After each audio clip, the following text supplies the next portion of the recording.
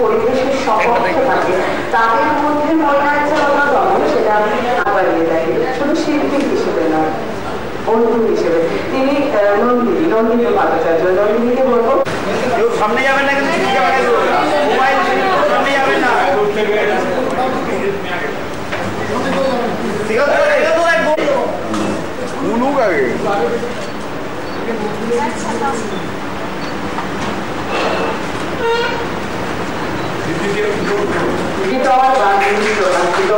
শুভ হাতের স্পর্শে শুভ সন্ধ্যায় লোকগানের প্রকাশিত হলো।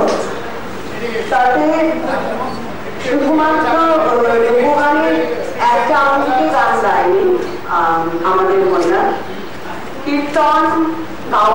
এবার শুনি আমাদের সারস্বত ব্যক্তিত্ব যারা উপস্থিত আছেন আমাদের শ্রদ্ধা জানেন, তারপর আমরা শুনবো আমার তাদের কথা।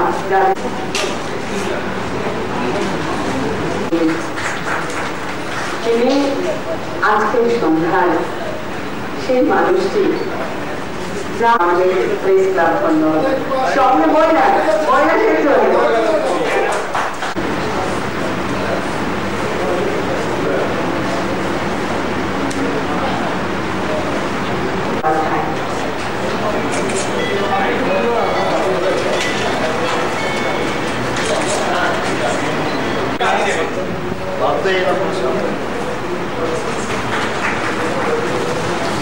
সময় দেবো না।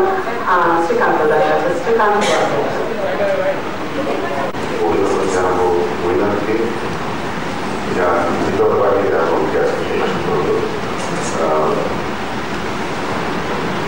এটা ওদিক থেকে আমার কাছে বিশেষ আনন্দের খবর এই জন্যে যে মহিলাদের এই আগমনে প্রকাশিত হল সাগরিকা মিউজিক থেকে, যার সঙ্গে আমার প্রায় গত 17-18 বছরের সম্পর্ক যে কোম্পানির সঙ্গে। দ্বিতীয়ত এই অ্যালবামের যন্ত্রাংশ সংখ্যক পরিচালনা করেছে শুভেন্দু, সে আমার ছোট ভাইয়ের মতো এবং আমার যন্ত্রী দলের সে একজন অন্যতম সদস্য। সে এই অ্যালবামের যন্ত্রাংশ সংখ্যক পরিচালনা করেছে এবং অবশ্যই এই অ্যালবামের অন্যান্য যারা মিউজিশিয়ানস এবং এতে ছবি রয়েছে যেমন তাদেরকেও আমার অভিনন্দন এবং শুভেচ্ছা জানাচ্ছি। এবং সকাল করে মহিলাকে তো জানাবই, মহিলা লোকসঙ্গীত নিয়ে খুব সিরিয়াসলি গণসংযোগের সঙ্গে কাজ করতে চায়।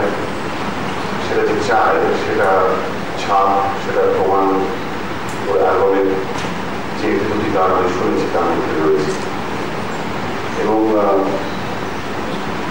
এই কথাটাও ও মাথায় রেখে অ্যালবামটা করেছে যে লোকসঙ্গীত করতে পারে কিন্তু ও শোনাচ্ছে এই প্রজন্মের মানুষ, শ্রোতারা এই প্রজন্ম। এটা একটা অ্যালবাম করার ক্ষেত্রে বা একটা অ্যালবাম পরিবেশন করার ক্ষেত্রে খুব গুরুত্বপূর্ণ বিষয় বলে আমি মনে করি।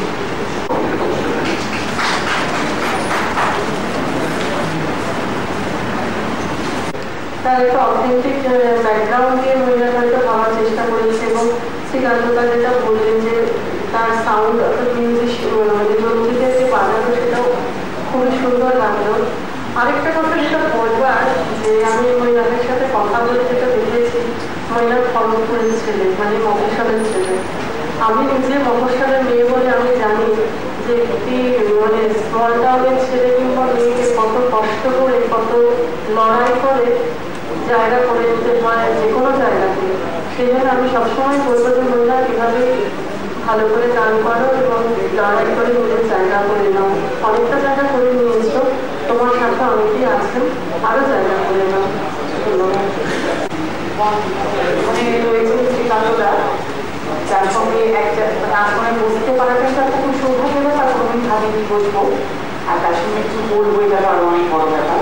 বৃষ্টি রয়েছে মানে বৃদ্ধি হয়েছে এমন একজন মানুষ তো ও এখন মানে এমনভাবে সব কিছুতে হাত বাড়িয়ে দেয়, একটা খুব মানে অন্যরকম বন্ধু, মানে খুব কম বলা সম্পর্কে যেটাই বলা।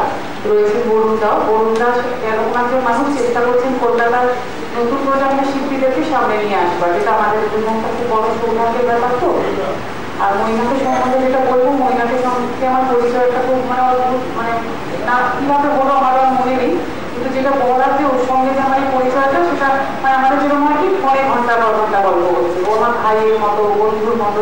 ওর মধ্যে যেটা একটা বিরাট ব্যাপার, মানে আমি খানিকটা হচ্ছে চুরি করি আর কি বলবো, আইডিয়াস, মানে ওর আইডিয়াস অসাধারণ।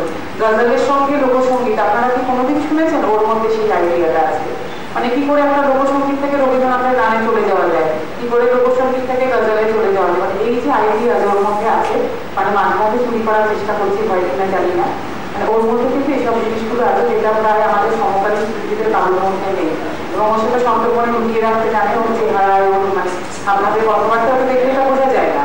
তো এটাও তো বাউল গান, কিন্তু আমি ওর সুফি বা ঝুমুর ও আরো বহু জিনিস তার স্বাভাবিক কথা মহিলাদের গানে। আমরা কিছু বেশি বলবো না, আমি এখানে আমার